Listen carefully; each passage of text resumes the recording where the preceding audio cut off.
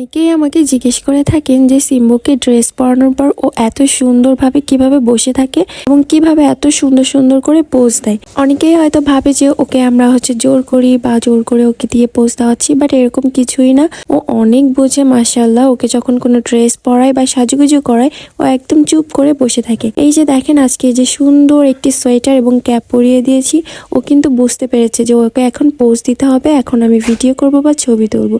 আর সেই অনুযায়ী কিন্তু ও খুব সুন্দর করে পোজ দিচ্ছিল। আর আজকের এই সুন্দর সোয়েটারটি এবং ক্যাপটি কিন্তু ওকে পাঠিয়েছে গার্লিমার্ট পেজ থেকে। এখন তো শীতকাল চলেই আসছে, সো ওদের কিন্তু সোয়েটার খুবই দরকার। আর আপনারা যারা এরকম হাতের কাজ পছন্দ করেন তারা কিন্তু এরকম সুন্দর সুন্দর সোয়েটার নিতে পারবেন গার্লিমার্ট পেজ থেকে।